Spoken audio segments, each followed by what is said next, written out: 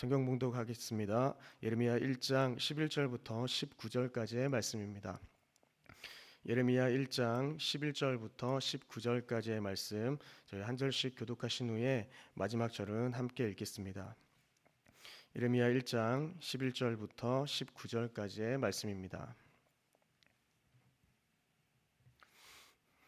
제가 먼저 읽겠습니다. 여호와의 말씀이 또 내게 임하니라. 이르시되 예레미야야, 내가 무엇을 보았느냐 하시매 내가 대답하되 내가 살구나무 가지를 보나이다.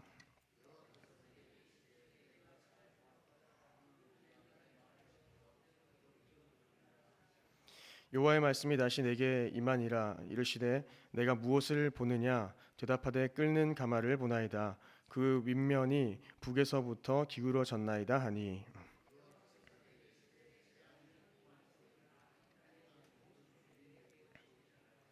내가 북방 왕국들의 모든 족속들을 부를 것인즉 그들이 와서 예루살렘 성문 어귀에 각기 자리를 정하고 그 사방 모든 성벽과 유다 모든 성읍들을 치리라. 여호와의 말이니라.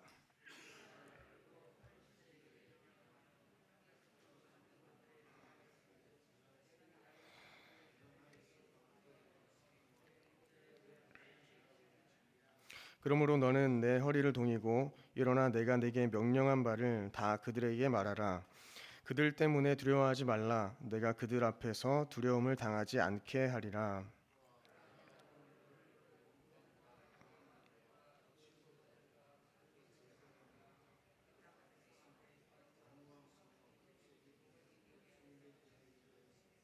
함께 읽겠습니다. 그들이 너를 치나 너를 이기지 못하리니 이는 내가 너와 함께하여 너를 구원할 것임이니라. 여호와의 말이니라. 아멘. 네, 오늘 본문은 크게 세 부분으로 나눌 수가 있습니다.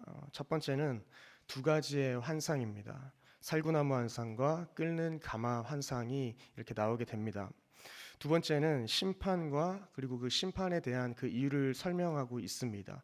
왜 내가 너희를 심판할 수밖에 없는지 하나님께서 설명하시는 것입니다.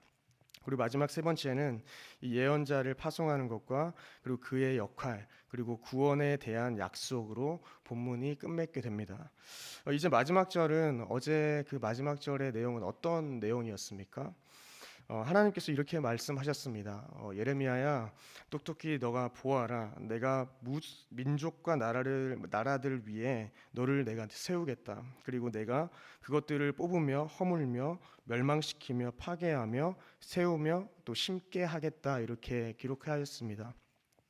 이 말이 어떤 의미였냐면 내가 너를 세워서 심판의 메시지를 선포하겠다는 것입니다. 그리고 소망과 갱신에 대한 그 약속의 말씀을 다시 내가 보여주겠다는 것이고, 그리고 내가 너를 통하여서 역사하고 일하겠다는 것을 하나님께서 강조하시는 것이었습니다. 그런 강한 의지를 담고 있는 말씀이 어제 마지막 본문이었습니다. 그리고 오늘 본문 이어지는 본문에서는 서두에 말씀드린 것과 같이 이 두 가지 환상에 대해서 이야기하고 있습니다. 근데 이 두 가지 환상에는 역할이 있는데 선지자의 소명을 확증하는 것이었습니다. 하나님께서는 이렇게 예레미야의 소명을 확증하기 위해서 그에게 두 가지 환상을 이렇게 보여주신 것입니다. 첫 번째 환상은 이제 11절부터 12절까지 이렇게 등장하게 되고 두 번째는 13절부터 16절까지 이렇게 등장합니다. 먼저 첫 번째 환상은 11절입니다. 여호와의 말씀이 또 내게 임하니라. 이르시되 예레미야야, 내가 무엇을 보느냐 하시매 내가 대답하되 내가 살구나무 가지를 보나이다. 네. 그리고 주님께서 이 첫 번째 확증으로 보여주신 이 살구나무 가지 이 환상을 생각해 볼 때에 이 먼저 살구나무에 대해서 좀 알아보면 살구나무 이 사케들을 가리키는 히브리어 단어는 지켜보다 혹은 깨어나다를 뜻하는 사카드라는 단어에서 유래했음을 저희는 알 수 있습니다. 이 사카드 뭔가 비슷하지 않습니까? 이스라엘에서는 이 살구나무가 봄의 첫 징조로 여겨졌습니다. 1월에 깨어나는 싹이 나는 첫 나무였기 때문에 그러니까 살구나무 가지는 자기 말을 지켜 그대로 이루려 하시는 그 하나님을 나타내는 것이었습니다. 이렇게 깨어 있는 나무의 이 환상은 하나님이 깨어 계시다는 것을 먼저 보여주었습니다. 그리고 자신의 메시지가 이루어지는 것을 지켜보는 분이심을 이 단어의 의미에서 저희는 잘 알 수 있는 것입니다. 그래서 이 사실 깨어 있는 분이라는 그 하나님에 대해 묘사하고 있는 이 부분은 시편에 가장 잘 나타내 있습니다. 시편 121편을 보시면 4절에서 8절에 하나님은 졸지도 아니하시고 주무시도 아니하신다라고 이야기합니다. 이렇게 하나님은 항상 깨어 계시는데 그 깨어 계시는 이유에 대해서 다시 5절에서 기록하는데요. 너를 지키는 이는 여호와께서 내 오른손에서 내 그늘이 되신다라고 기록합니다. 그리고 낮의 해가 밤의 달도 너를 해치지 못한다는 것이죠. 그리고 그 우리를 지켜보시고 우리를 인도하시는 분은 모든 환난을 면케하시며 또 내 영혼을 지키신다라고 계속 시편 기자는 이어서 기록하고 있습니다.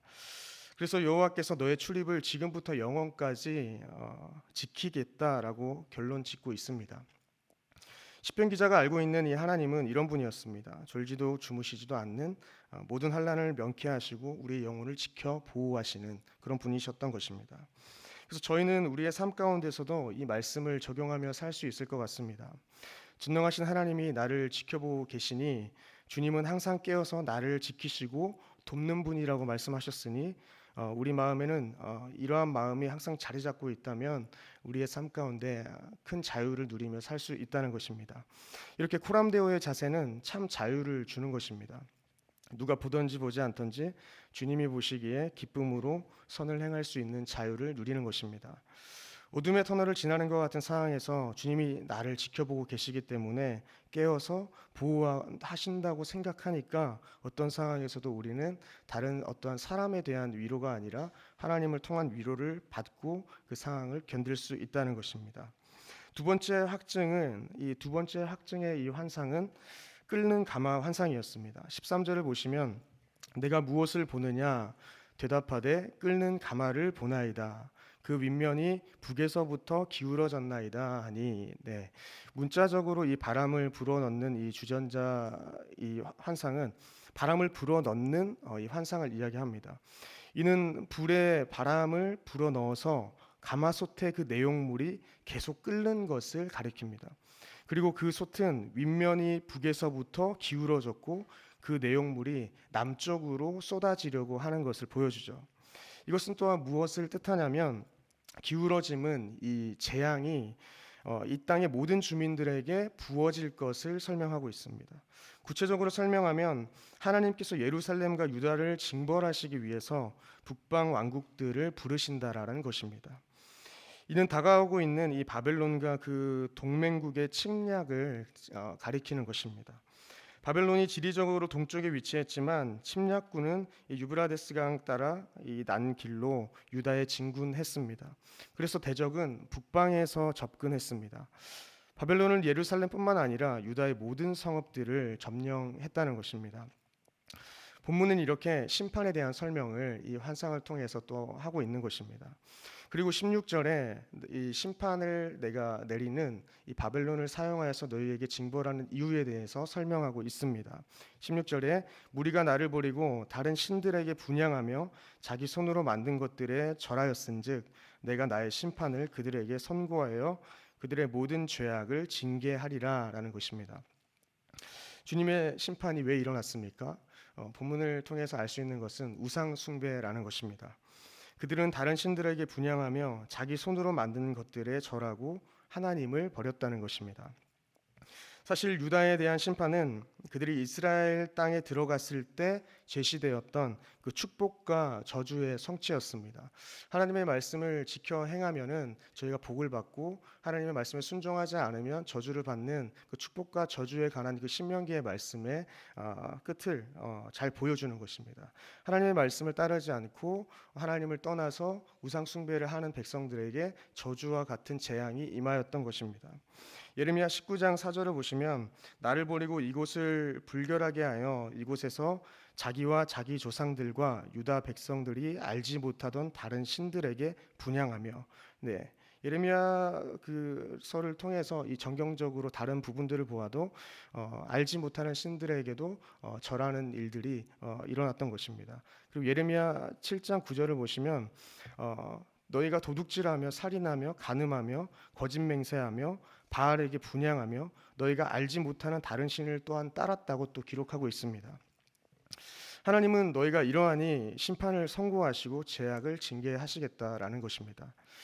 하나님은 예레미야에게 환상을 통해서 소명을 분명하게 하신 후에 허리를 동이라고 이렇게 도전하시고 있습니다.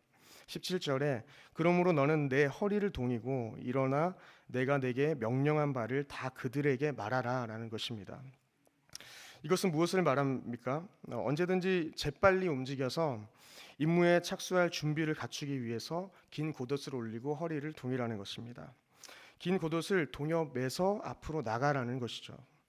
그리고 하나님께서는 자신의 힘을 묘사하시면서 두려워하지 말라고 다시 한번 당부하십니다. 17절을 보시면 그들 때문에 두려워하지 말라. 내가 그들 앞에서 두려움을 당하지 않게 하리라. 18절에 보라 내가 오늘 너를 그 온 땅과 유다 왕들과 그 지도자들과 그 제사장들과 그 땅 백성 앞에 견고한 성읍 쇠기둥 노성벽이 되게 하였은즉 이렇게 기록합니다. 하나님으로 인해서 예레미야는 견고한 성읍과 같이 쇠기둥과 노성벽 같이 강해질 것이라는 것을 잘 보여줍니다. 그러니까 너가 두려워하지 말라는 것이죠. 이를 통해서 예레미야는 원수들이 자기를 이기지 못하리라는 그런 확신을 가지고 나아갈 수 있었을 것입니다.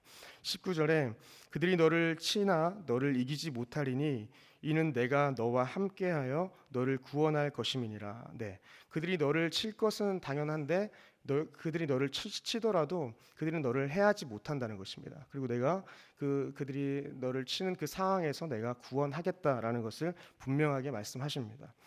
하나님께서는 확실하게 다시 약속하신 것이죠. 하나님이 함께 하시기에 승리할 수 있고 너의 어려운 상황 가운데서 건지고 구원하시겠다는 것입니다. 성도 여러분, 주님께서 우리 곁에 계심을 우리가 아는 것보다 더 큰 승리의 확신은 없어 보입니다. 오늘 하루 이 사실을 저희가 기억되는 은혜가 있기를 소망합니다. 예레미야는 스스로를 아이로 여겼습니다. 어쩌면 그 사실이 맞을지도 모르겠습니다. 그러나 하나님께서 함께 하시면 이 난공불락의 성읍, 이 새끼둥과 노성벽이 될 것입니다. 하나님은 창조자이시지 않습니까? 그리고 우리 모두는 피조물입니다. 피조물이 창조주를 이길 수 없듯이 하나님을 이길 세력은 전혀 없다는 것입니다. 오늘 하루를 살아갈 때에 하나님의 말씀이 절대로 무너지지 않는 견고한 성읍임을 저희는 믿고 우리를 도우시는 보혜사 성령님의 손을 꼭 붙들고 살아가는 저와 성도님들 여러분 되시기를 소망합니다. 기도하시겠습니다.